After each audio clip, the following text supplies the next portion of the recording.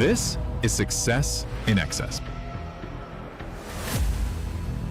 where elite founders, lawyers, and clinic owners engineer success through strategy, scale, and systems. Powered by GrowthX. Welcome to Success in Excess, the show where we deep dive into the stories behind law firms that don't just settle, they scale, they serve, they make impact. I'm your host, Tarun Singh, founder of GrowthX, the team behind over $100 million in results for law firms across the country. Today we have Chad Shannon, founding attorney of Shannon Law Group, based in Pittsburgh and serving Pennsylvania and West Virginia. Chad has built a practice grounded in both grit and compassion, from handling medical malpractice, civil rights, nursing home neglect, and complex personal injury cases. He stood up for clients when it mattered most. In this episode, you'll hear about what it takes to lead with purpose in the roughest legal terrain, how to balance empathy with litigation, what systems have enabled his firm to grow without losing its soul, and the lessons he's learned the hard way. Chad, it's great to have you here. Hey, Chad, how are you doing? Good morning/afternoon. Good. How are you? Obviously, your personal injury, medical malpractice, civil rights work, anything that needs to be here. You work mostly just Pennsylvania and West Virginia, correct? Correct. And can we talk about one of your biggest wins, the verdict in Allegheny County? Yeah, we can talk about that. That is a bit of a marketing kind of ploy. That was not a contested case. Okay. In the law, sometimes you can go get a default judgment and they don't contest it because that particular nursing home had went bankrupt. So we went and got so it's nice to advertise. So if somebody's checking me out, they can see I've got it done before, but that's probably there's no stories from that trial. So no, that's fine. That's fine. So is it like one of those cases where like you won the settlement, but was there money that paid out? Not really. No, they were bankrupt. Then there was a post, so that's called a default judgment. Yeah. And there was a post default judgment collection action that took like 8 years, and they got paid like 30,000 of the 400,000.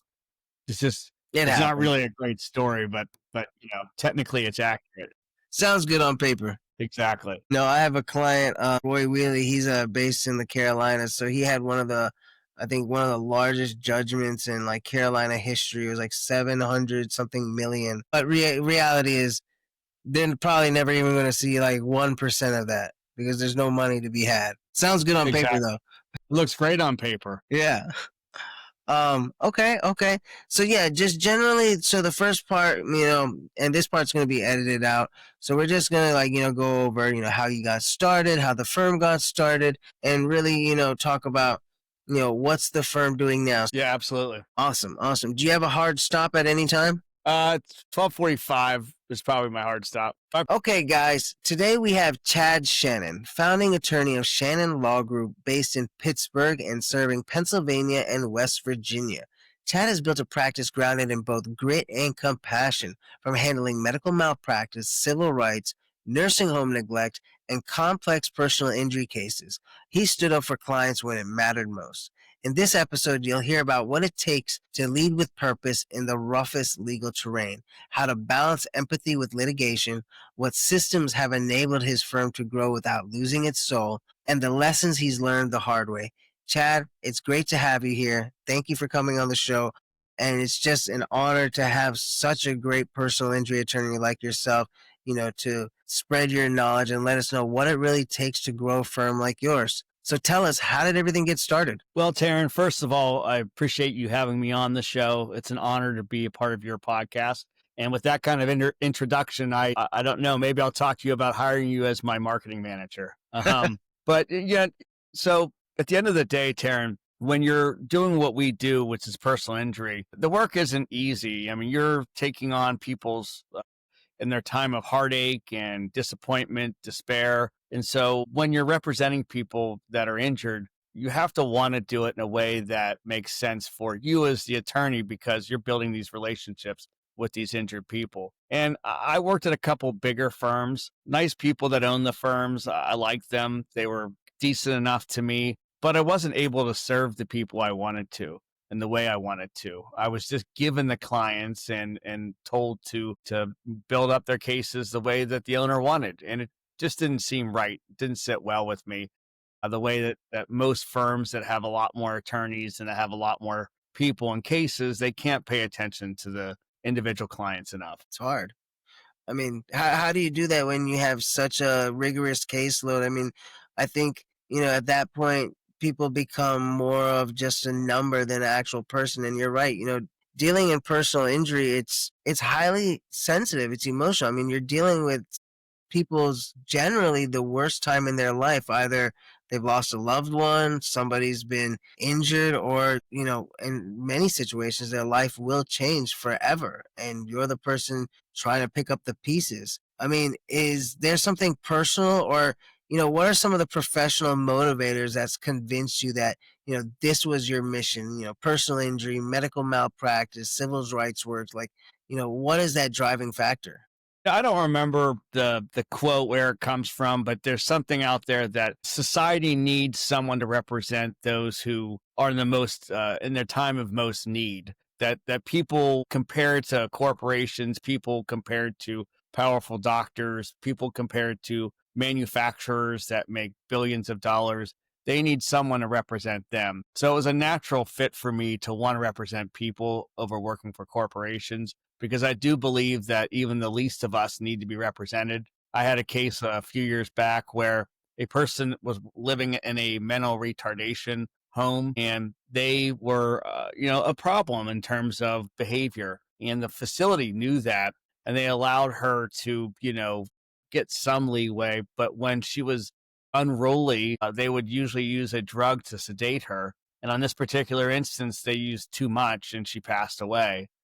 Um, yeah, it was an awful situation. She was a young woman, and obviously she didn't understand that what she was creating was a scary environment for the workers, but the policies that were in place didn't protect her and didn't protect the workers. So we had to go after the Commonwealth of Pennsylvania and the county in which that she lived in. So typically in those cases, you are not allowed to sue Pennsylvania or its counties or its cities without certain exceptions. Because there are no exceptions for this particular situation, we had to file a civil rights action that allowed us to overcome that. And most people wouldn't have taken that case because of her limitations mentally.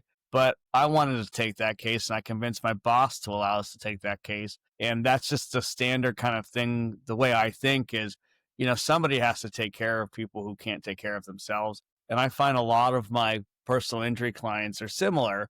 They don't have cognitive issues like that woman did, but they're standing there with a hospital bill after a wreck or after being injured by a product, a saw at home or something like that.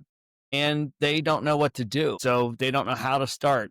And I have a saying here at my firm that we connect the clues, we make it right. And so you come to us and we do that work because you're the underdog and you need someone to take care of you. So we connect the clues, we make it right. Huh. And I guess that segues right into this. It says the Shannon Law Group started as a more hands-on approach. After working in bigger firms like you have, what are the advantages and trade-offs you've discovered in making that transition? The most frank way of describing it is that when my phone rings, I don't cringe. I mean, that's the truth. I Man. don't have to look at the phone and say, I haven't talked to this person in a while because I have too many cases. I haven't been able to pay attention to this person. Now, when I pick up the phone, I'm able to say, how was your doctor's appointment? Not because I study every day in the morning what happens with my clients. It's because I remember talking to them the last week. I remember them saying they were going to a follow-up doctor's appointment. And so, it betters that relationship. And I'll be honest with you, I do like my clients and I do want to represent them. But at the same time, I'm trying to grow my firm. And the best way for me to grow it is word of mouth. So if somebody says, hey, he remembered every doctor's appointment, he remembered exactly, what my spouse's name was, and he remembered, the date of my accident and followed up to check in on me around the date of the accident the following year, like kind of like an anniversary, then they'll tell their friends and family every time they need a lawyer to call me. And That's part of it, is giving good service. I don't know, what are your favorite restaurants? You go around probably telling all your friends, right? You got to go to that restaurant.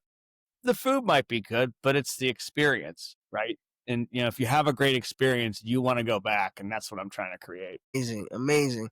So tell us, how long have you had the firm now? I am in my 9th month, so it's only been 9 months. Awesome.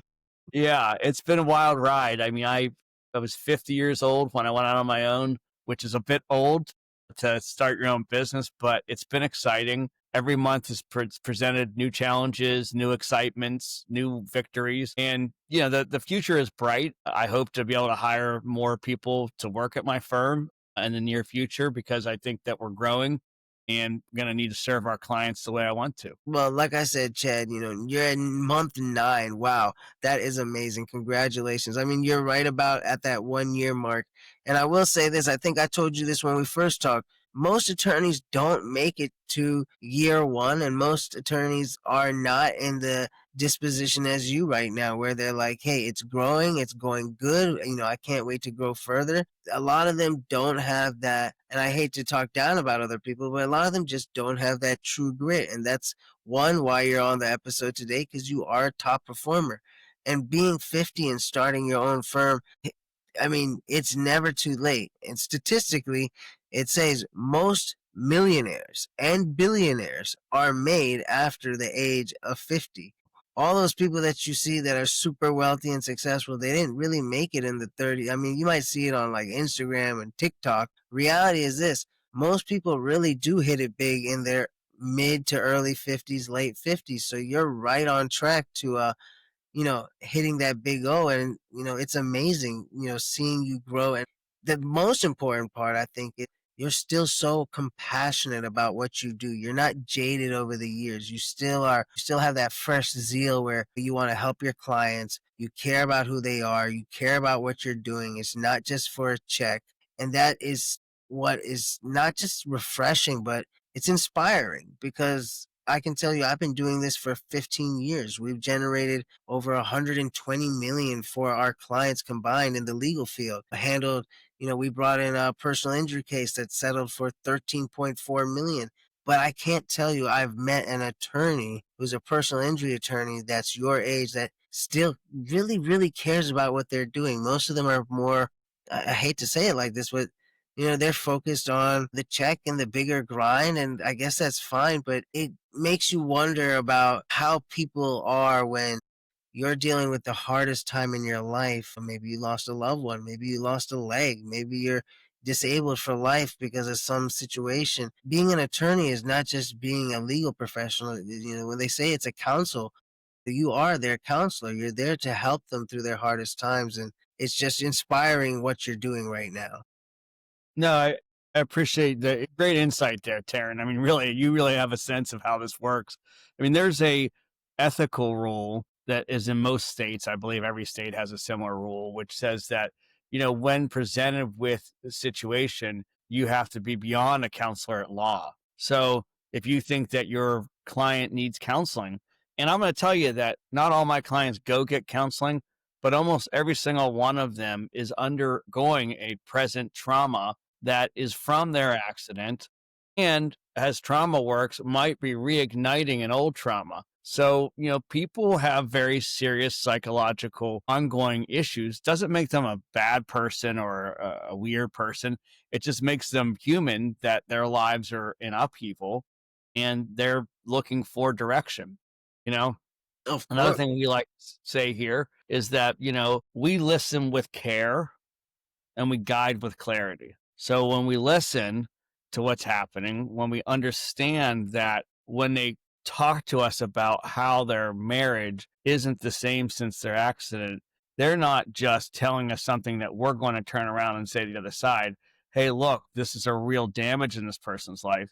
They're sharing with us. They're sharing pain with us, and they want to be acknowledged for that pain. They want someone to listen with care, because when you listen with care, you can provide guidance with clarity, because you know what they need. To be validated. They want to know that, you're not just somebody out there, Because a lot of times, even in these situations, they're getting the runaround from every single person telling them, I mean, look at insurance companies. I mean, who's to really dictate your pain and suffering down to a dollar amount? And then most of the times, the numbers that they throw out you are generally disrespectful.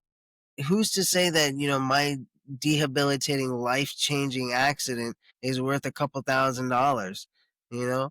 And then I have to fight in the courts and get a lawyer and do all these things. And then even then you don't want to budge. And then they get upset when they lose a big verdict. But the reality is this: people are losing, for all purposes, they're losing their life. Maybe they're not dead, but the life that they used to know is no longer there. I mean, like you said, it's very emotional. Somebody's marriage is not the same anymore after that accident. How their family life is not the same anymore. Their job is not the same. Their friend, things that they had passions. I knew a guy, he had lost his leg in a car accident, and he was an avid mountain climber. Like, that was his thing. That's all. Like, if anybody knew him, all they would tell you is he's a great mountain climber. Like, that was his passion. It was his identity. And now he's, unfortunately, he's gained a lot of weight and he's depressed, and he just, like, his whole quality of life. And he was able to get a pretty large settlement, but none of that mattered to him because he can't do what he loves most, which is, I guess, climbing mountains. But with that, you handle all these, emotional traumas. How do you balance the emotional weight of representing people who have suffered nursing home injuries, medical malpractice, with running a business that needs systems, teams, and processes to scale? Yeah, that's an interesting question. There is no way to balance the two directly. I mean, the client always comes first, right? Like, if they call and they have an issue, I have a client right now that, a very traumatic event happened to him, and his injuries aren't that excessive, but the amount of trauma that this person is going through because of the what happened, and I don't want to get too much into it because it's ongoing litigation, but the event itself was seriously traumatic. I personally went through something similar in my life, and it just lingers. So, talking with that client is the number one thing I got to do. I got to learn about what he's going through, and I also have to keep in mind that they need, as you said earlier, people need to be validated, and you feel validated when somebody is listening to you. So, can I balance that with the business side? No, but I will be frank with you. I think it's important for people who might be listening to this podcast, thinking about going out on their own, that one of the most incredibly challenging parts is to go from being a lawyer, working at a firm, having your paychecks paid to you, to being every aspect of that firm yourself: accounting, human resources, IT, everything you can think about. And so, what I would say is, there's a great quote that Robert Frost once had, and I apply it to me almost every aspect of my life.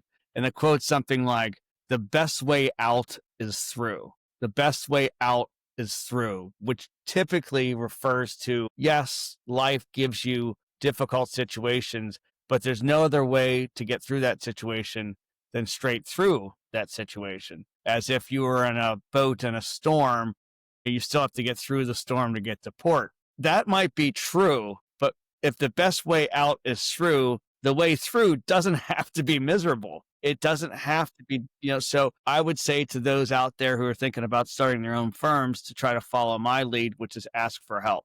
Ask for help with everything that you do, whether it's accounting, IT, resources, how you allocate your resources. I've leaned on so many friends that are in this business that have gone through what I've gone through those first 6 months of business, when you have no idea on the business side how to proceed, right? I know what to do as a lawyer. I got you as a lawyer. I will take care of you. I will take care of your case. But it was eye-opening to realize how much goes into the everyday aspects of being a business. So if you want to make it through, it doesn't have to be tough. It doesn't have to be miserable. You have to get through, but make it easier on yourself. Yeah. I mean, I think that's such a valid saying because, when I was in school, I was a younger kid, and I went to actually military school. I had a commandant that used to tell me something similar to that. He's like, if you're going to do something, right, do it right, do it well. Otherwise, why what are you doing? Because really, in the end of the day, if you have to do something, right, what is the point of doing it half-ass if you're still going to spend the time doing it, right? If you're going to spend, let's say, 5 hours doing something, you can do it half-ass and get half-ass results from it, but the reality is you still spent 5 hours. Or you can spend 5 hours and do it right and reap the rewards from it, get the results from it, and make sure that you move forward.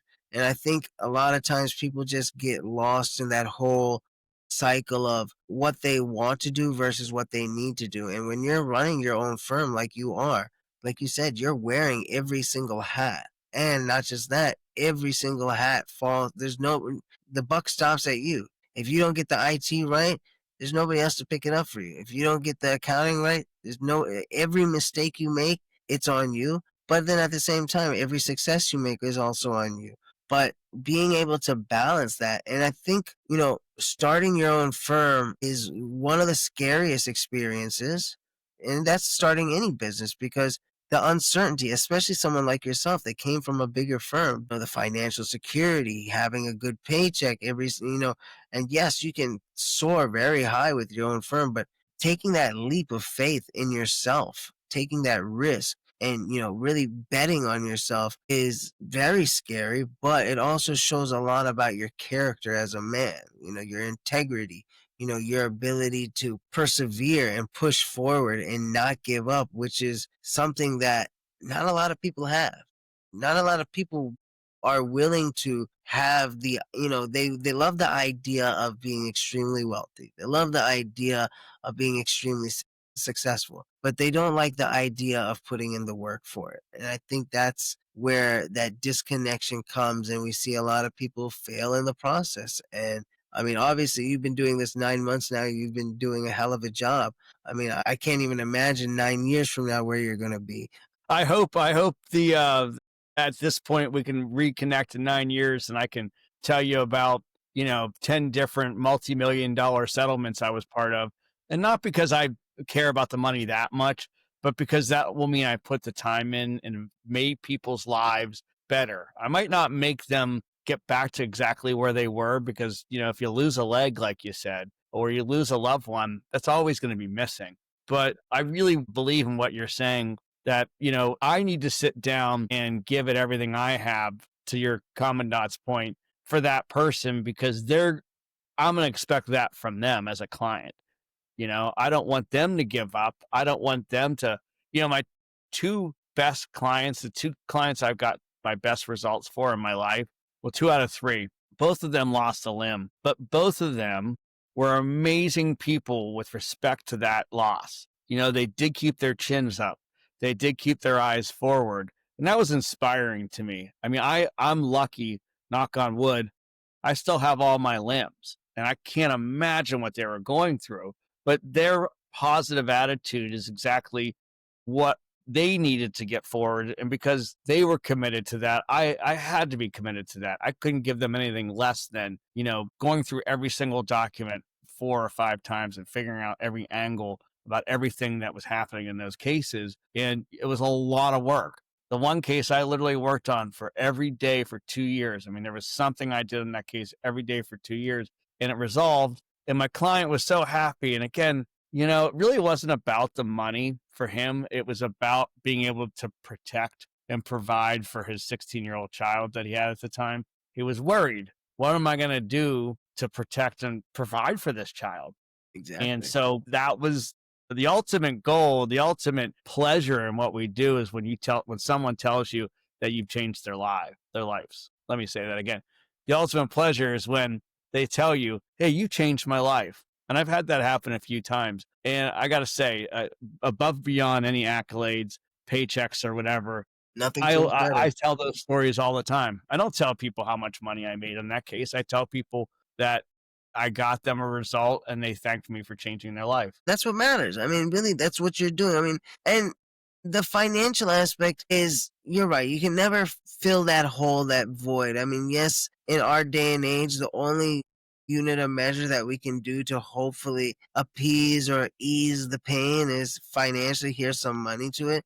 But you're right. Being who you are as an attorney representing your clients, yes, winning them the money in the settlement, But if you notice, majority of them, it's also about like I said earlier, the validation, the justice, and knowing that, hey, somebody didn't get away with it, because at the end of the day, what I lost is now on record. I lost it, and somebody, whether they paid financially or whatnot, there's some type of justice there. And that's really the important thing, because you see a lot of people suffering. And that's, as I segue into the next part, you pick nursing home neglect, right? That is an extremely emotionally tolling topic. I mean, watching some of the most defenseless people be taken advantage of and hurt and just left, in positions where, you would hope that they're protected and they're taken care of and they're defenseless.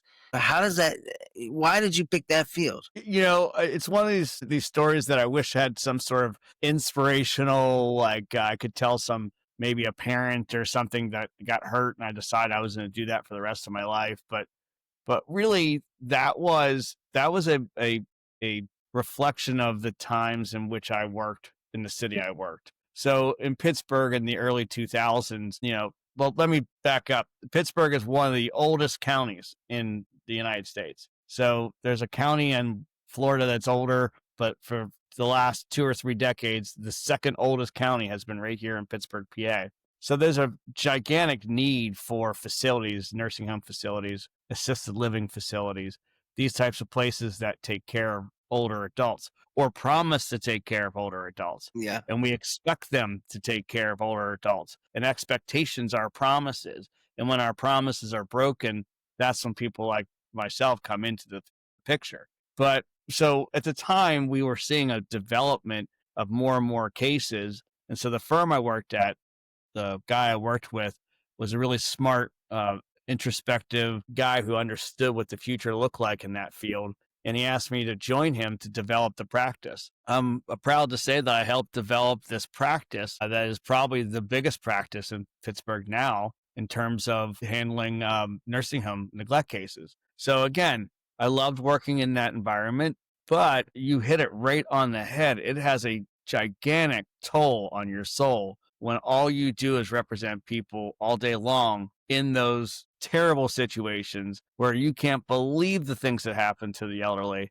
And so, I needed a break away from just doing that. And I did. And I learned a lot more about other types of cases in which I've helped people who lose their limbs in accidents and things like that.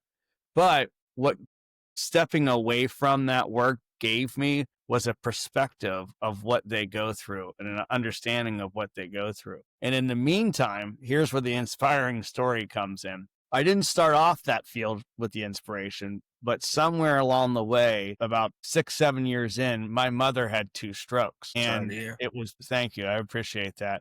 And it was a really challenging time for my dad, who was in the late stages of his career. And he decided he wasn't going to put his wife in a nursing home. And so he spent 7 years taking care of my mother. And I got to see firsthand, because I would help him from time to time. And when he wanted to go on a trip, I would stay the weekend with my mother and let him go golfing with his buddies or whatever he needed to do. And in those times, I realized how much effort, concern, attention it takes for nurses to provide care in these settings. And so my focus is not on how bad the nurses are at the nursing home. It's what are these facilities doing to provide these nurses with the things and the resources they need in order to make these nursing homes work. Okay. Yeah. And so what I find is that it's corporate failure. It's failure from the management level. They don't have enough resources. They don't have enough people. And so what happens is an elderly person falls in the middle of the night. They develop bed sores because that aide that's working on every single person on that floor has to rush off to the next person. And we see these things happen in hospitals too. So anyhow, the inspiration for me was to take a look at what I did in a different way, which nursing home neglect, hospital neglect cases are often failures of the facility itself, the policies they have, and the way they run their programs. And so I have compassion for nurses. I have compassion for nurses in any facility because I saw what it takes to take care of just one person. And that was my mother. And I obviously care about my mother's.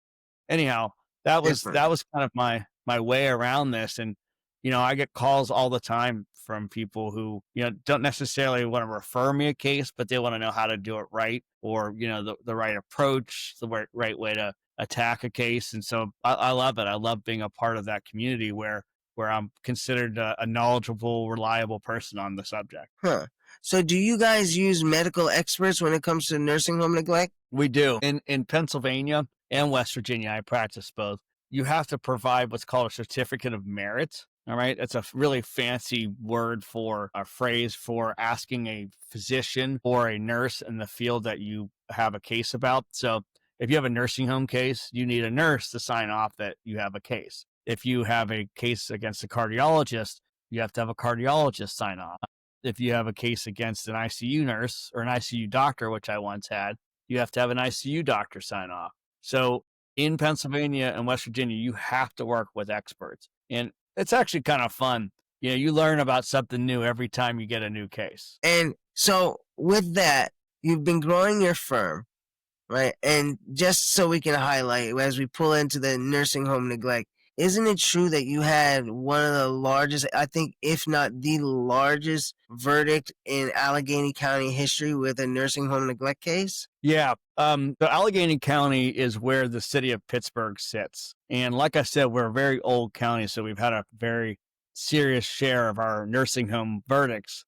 And I haven't checked on it in the last couple of months, but as of about June of this year of 2025, I still had the highest verdict, which was a $400,000 verdict for a very serious failure at a nursing home where a person died. And so we were able to get damages for the death and the pain and suffering that person suffered. And I'm very proud of that verdict, but I challenge my nursing home lawyers around town to beat me, because that just betters everybody's situation. If nursing homes know that you can, get caught on a big verdict, they might behave a little bit better. Oh yeah, they would have to, especially now that they got pit bulls like you out there trying to make sure they act right. I mean, it's just, it's sad. Sometimes what I think is outstanding about you, Chad, is, you're changing the whole opinion and expression that people have. And let's be honest, personal injury lawyers for the longest time have not had the best name.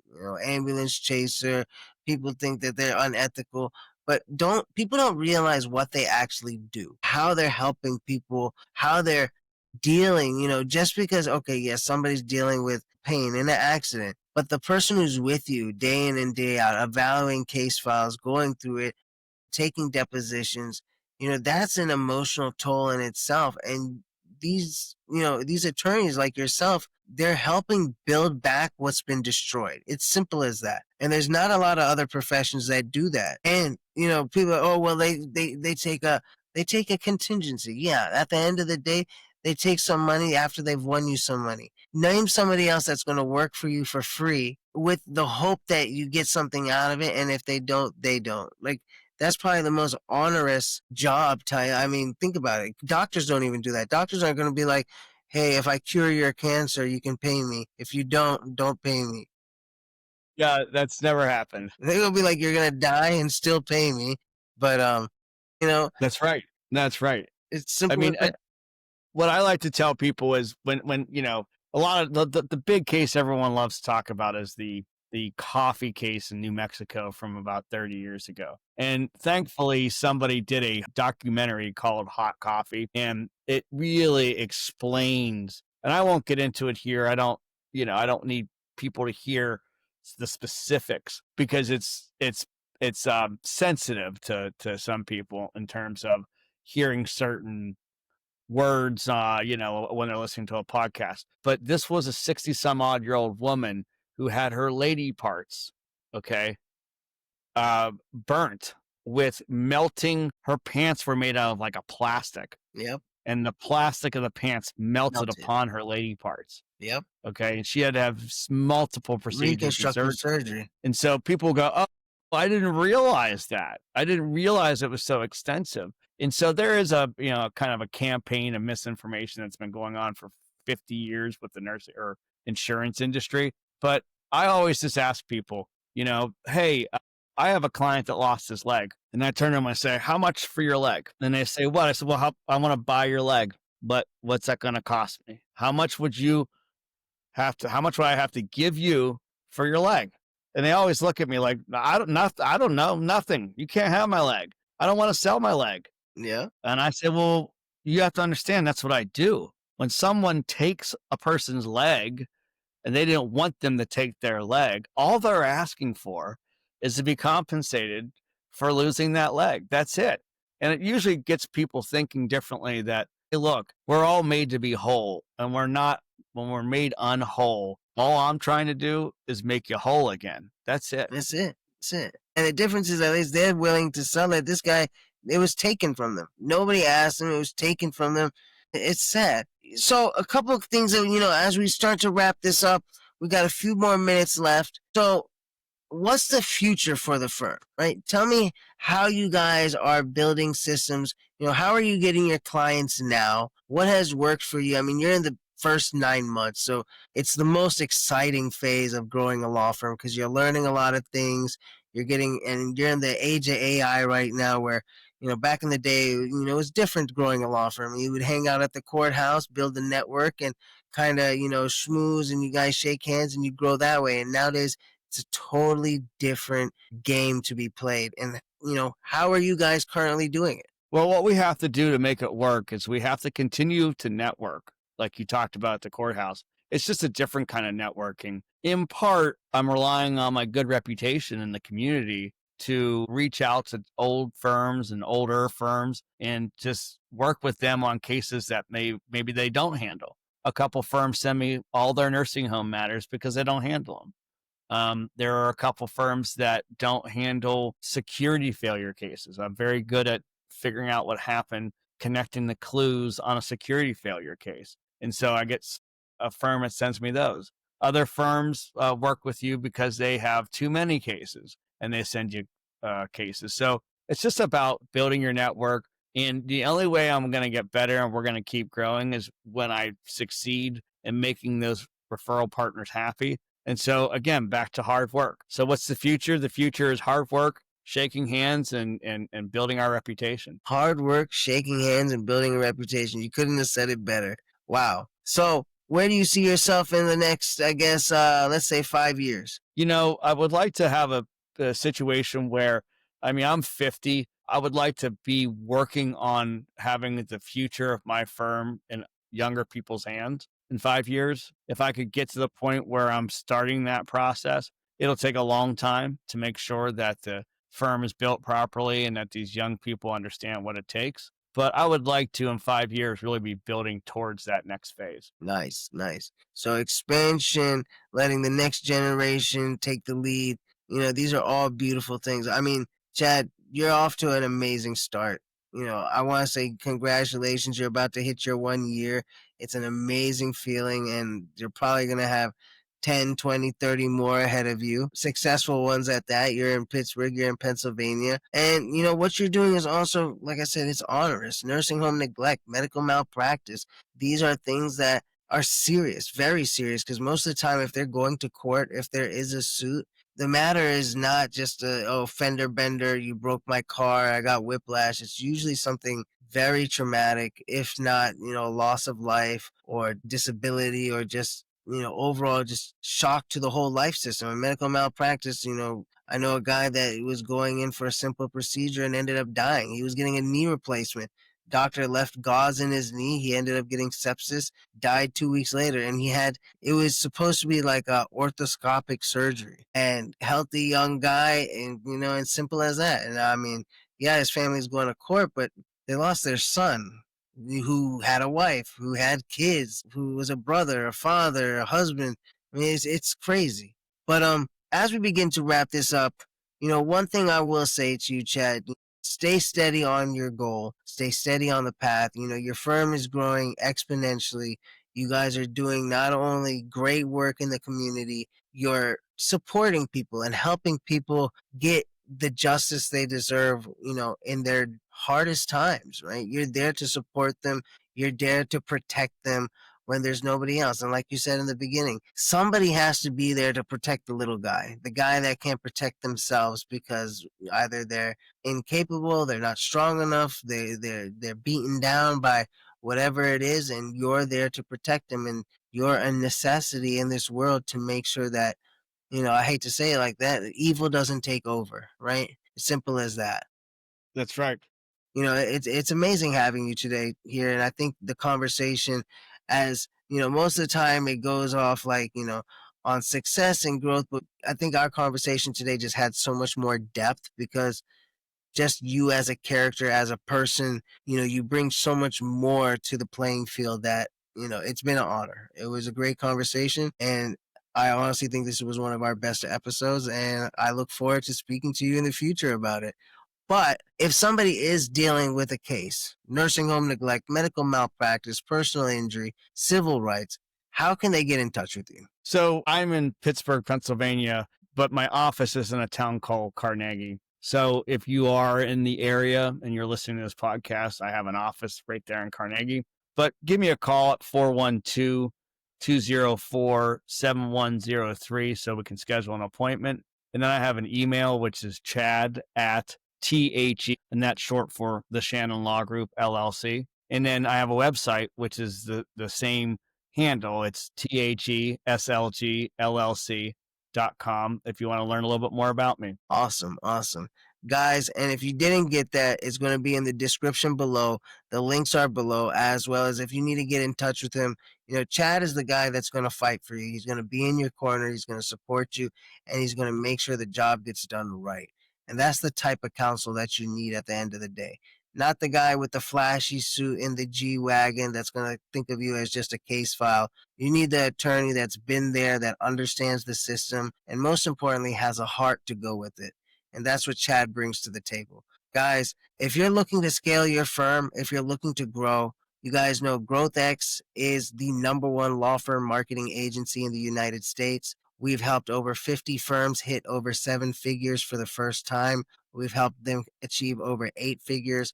As of this point, our goal is to help firms not only scale, but scale in a smart way where it's sustainable. Don't chase the quick wins and the fast money. Focus on real growth that's sustainable. So for the next 1 year, 5 years, or 10 years, you're seeing consistent, sustainable growth. And if you need to get in contact with us, check out growthxmarketing.ai. Until next time, guys, thank you. This has been a great episode. I'll see you again. Thank you. Bye-bye. Thank you. Own your growth.